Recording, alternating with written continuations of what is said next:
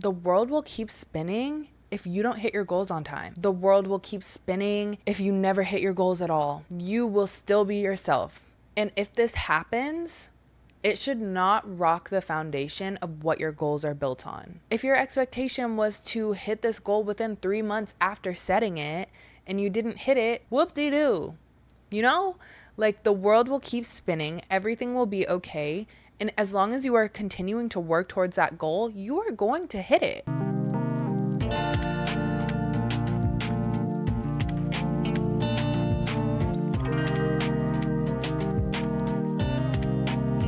Welcome back to another episode of Let's Have Breakfast. I'm your host, Jaden Liz, and this is a podcast for 20s and 30-somethings that are really trying to figure out their lives and hoping to find a space to become the best version of themselves. There's a lot happening in the world right now, and I think technology and the evolution of everything so quickly is one of those things that is top of mind for a lot of people. And over time, we have become a society that really prioritizes instant gratification.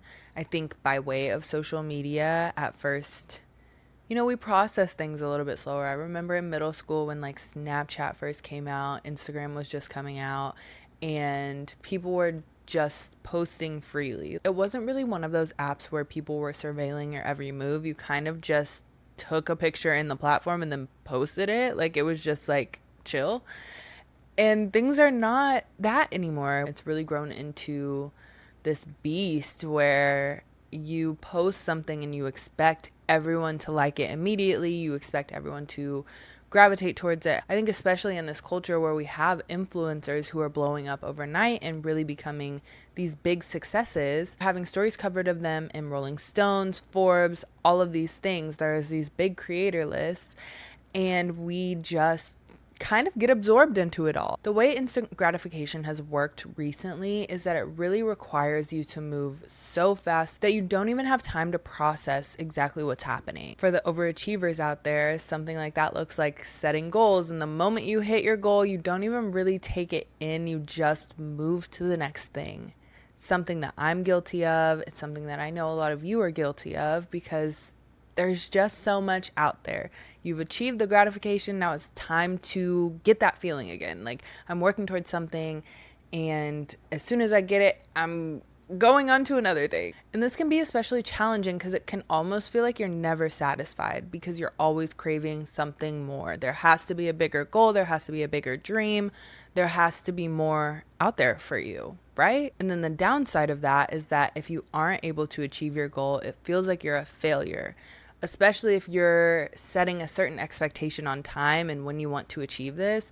If you don't achieve it within that time period because of the way that instant gratification is set up, you are going to feel like you failed. And it's not fair to yourself. If this is ringing some bells on how you're feeling right now, this episode is definitely for you. And it is time for all of us to rewire our brains to accept delayed gratification. This is one of those episodes where I really think it's best taken in with a pen and paper or a note, because I do think if you apply this, you're going to be able to put a lot of this into action. So first, we must discuss what delayed gratification means. Delayed gratification is the act of resisting an impulse to take an immediately available reward in the hopes of attaining a more valued reward in the future. If we want to put it in kind of financial terms, if your goal is to save money over time or to really be intentional with where your money's going, you might want to put it into a Roth IRA instead of just spending it on the latest shoes that are dropping or new boots for the season. I'm talking to myself. But delayed gratification obviously goes beyond what feels like a mundane task or something that's kind of everyday as a goal. So now is the time that your pen and paper is really going to come in handy, because we're going to break down our own goals and see how they're achievable without making it too hard on ourselves. So first, I want you to write out 3 big goals that you have that do not have a timeline attached to them. And when I say these 3 goals, I mean big picture items, big things. Maybe you want to get married, have kids, do the wife thing, do the mother thing. Maybe you want to be the president of the United States. Please and thank you if you are capable. Maybe you want to be a beauty executive or work in fashion. What are these big major goals that you really are thinking about and really want to achieve in this lifetime? Okay, cool. You have your goals.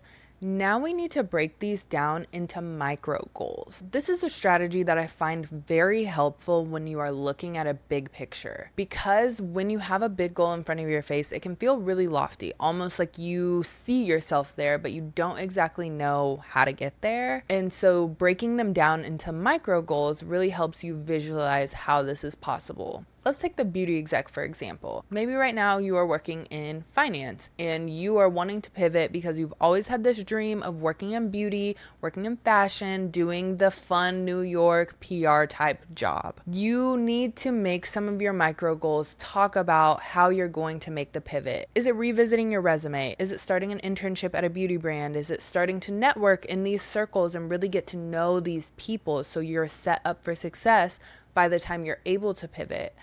What are little habits that you can implement in your everyday, month, year that will get you closer and closer to this goal? Because remember, we're not setting a timeline on this because we are practicing delayed gratification. All of the steps, micro, macro, major, mini, are pointing us in the direction of our goals. And once you're able to accept kind of that slow pace, things are going to come to fruition for you. The more pressure you put on yourself to perform and overdo it and really grind and hustle and do all of the things, you are more likely to burn yourself out. And while everything you want to do in this lifetime is achievable, you want to do it in the most healthy way possible. And delayed gratification is really going to get you there. Now that you set yourself up with kind of an outline on how you get there, I want you to reflect and imagine how you're going to feel when you achieve this goal versus how you might feel if you don't achieve this goal. Oftentimes when we're on the journey to figure ourselves out and we're on our way to a goal, sometimes the vision and the goal changes.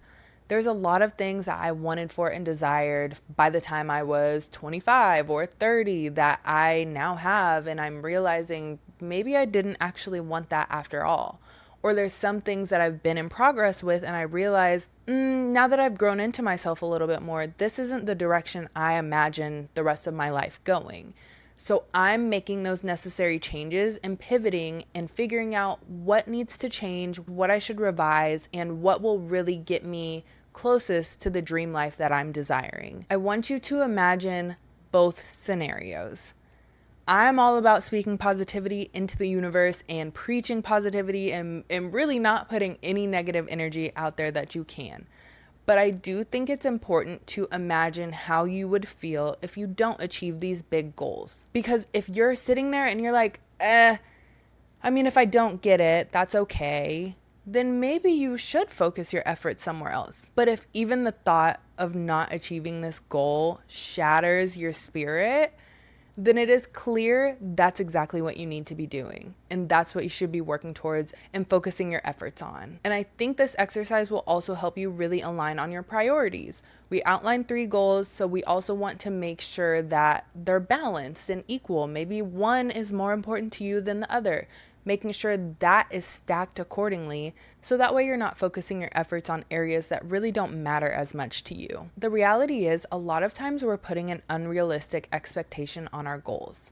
The time we're going to achieve them, what it takes to get there. And when you do that, you are setting yourself up for failure. In the content creator space, you could look at a Monet McMichael, a Tony Bravo, an Alex Earl, and say, they blew up overnight. Why can't I get the same success? Why is this not happening for me? And everyone's timeline is different. The more you compare your journey to others, the less motivation you are going to have to pour into your own. You are likely going to still mentally prepare timelines or think you should achieve certain things by a certain point. But I'm here to tell you, the world will keep spinning if you don't hit your goals on time. The world will keep spinning if you never hit your goals at all.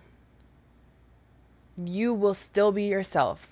And if this happens, it should not rock the foundation of what your goals are built on. You set these goals for a reason. If your expectation was to hit this goal within 3 months after setting it and you didn't hit it, whoop-de-doo. You know, like the world will keep spinning, everything will be okay. And as long as you are continuing to work towards that goal, you are going to hit it.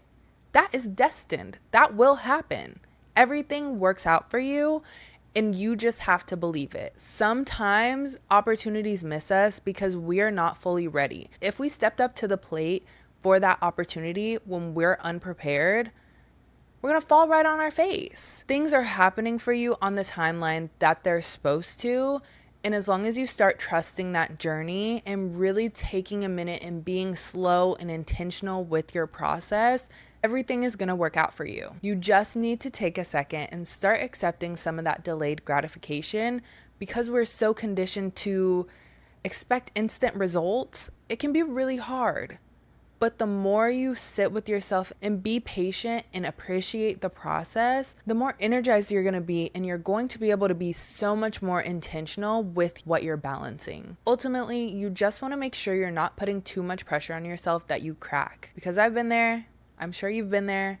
It's not a fun place to be, and it really takes time to dig yourself back out. Even if the process is slow, the story of the tortoise and the hare, like, did we learn nothing from elementary school? That should teach us so much about delayed gratification. You are taking the steps you need today to make a better tomorrow.